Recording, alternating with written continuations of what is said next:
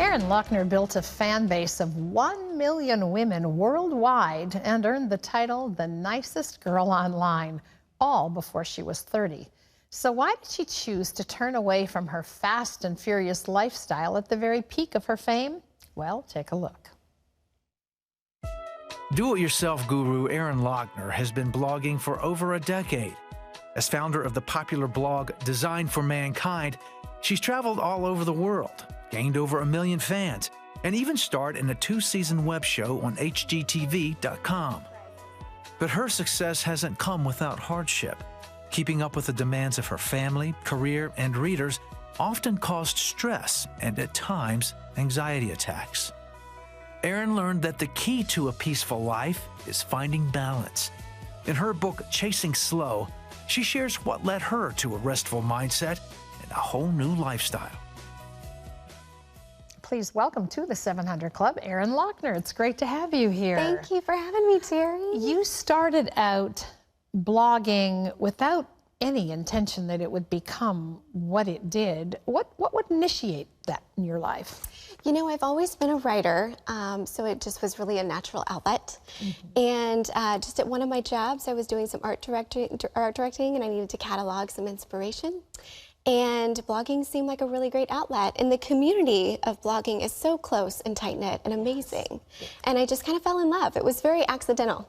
How soon did you begin to get a reaction once you started blogging from people that made you realize, hey, I'm onto something here? Well, I don't know if you ever really know, hey, I'm onto something. You know, you always kind of feel like, am I doing this right? Am I doing this right? But I would say initially I knew it was a good fit for me. I just knew. You and your husband both eventually found success out in Los Angeles, but there was still an emptiness. Share that. You know, I feel like we're taught that the responsible thing to do is to grow up, get a 9-to-5, and amass things and make yourself comfortable and raise a family. Buy a house and then a bigger house. Right? Yes, yes. And it didn't work that way for me. I felt restless. I felt like there was something I was missing and that I was always chasing the next thing, and I couldn't enjoy the moment for what it was. In the midst of all of this, your husband also had a health threat. Of course, you knew about it before you were married, but still daunting. Yes, yes. And it was such a, finding out that my husband had a brain tumor was just, it was a very heavy subject for a 20-year-old to process. And I feel like I was kind of a little in denial. And I'm lucky he's happy, healthy, thriving now. Yes. But there was a lot of distracting that I did to maybe come to terms with that. You moved from LA to the Midwest. That in itself, some would see as a radical decision.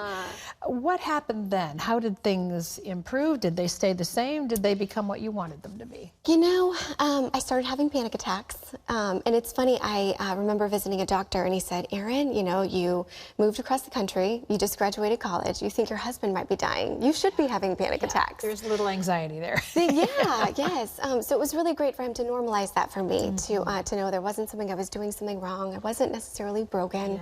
I just, it was a struggle. There was a lot of transition all at once. So what did you do then? How did that motivate you to move into something positive? I think we just started making really minor changes, very small shifts. And I'm hesitant to say that it was quitting our jobs and moving to the Midwest that was the solution for us, because it was really a heart issue. It was really internally being comfortable and being accepting of what we had and not what we wanted. Did you find yourself, once you had left LA and moved to the Midwest and then you were experiencing some anxiety, did you find yourself looking back and questioning whether you'd made the right decision in doing that? Oh, absolutely. How I did think you we deal always with that? do that, don't we? Sure. You know, I think that was part of the hard work I had to do was, you know, here I am. It doesn't matter how I got here. Here I am. What now? Right? Yes, yes. What now?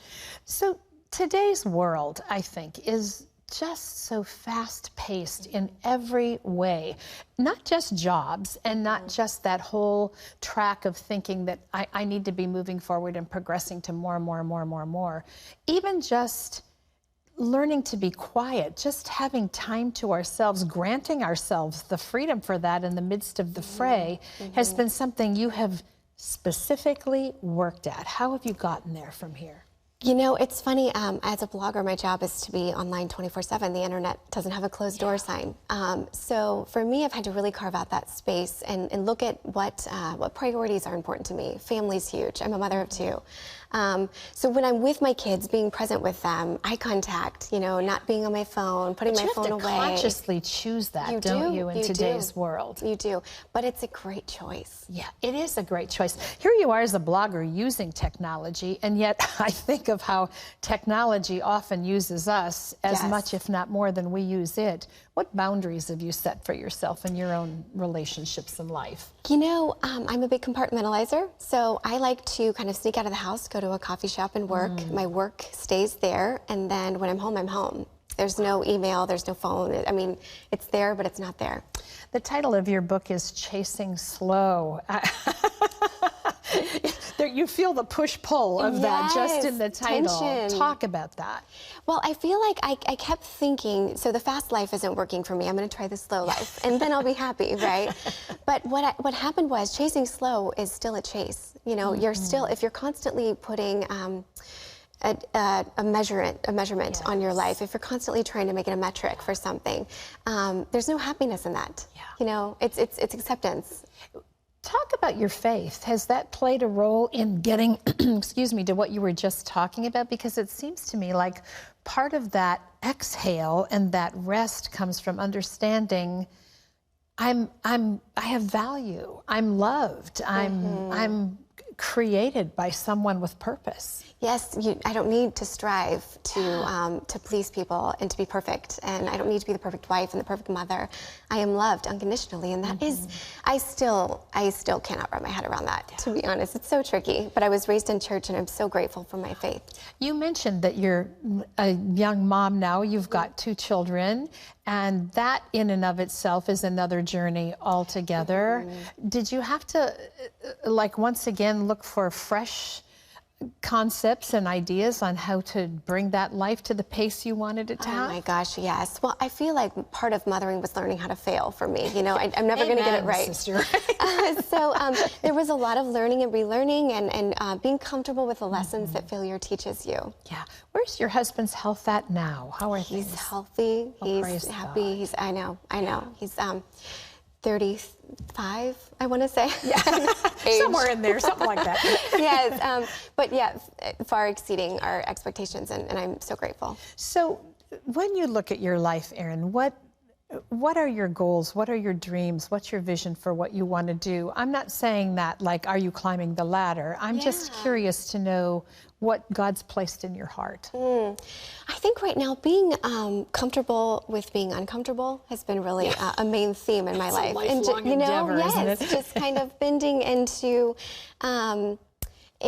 what I have and what I still need to learn. Yeah, I think that's why people love your blogging so much, because you're so honest and so candid, and the struggle is within everyone. Most people are afraid to show that. You know, they're afraid they'll be seen as unsuccessful or unvaluable in some capacity. So thank you for your candor. And I just want to mention, you can find out much more about what it means to live a life of chasing slow in Erin's book by the same title, well worth the read in the world we live in today, which is so crazy and chaotic, but some sound truth and some wisdom here. It's available wherever books are sold. We also have a web exclusive interview with Erin available for you on our Facebook page, and if you'd like to watch that, just log on to facebook.com/700club. Erin, thank you. Thank you, Terry. Great to Thank you for have you having with me. us. So Thank you. nice.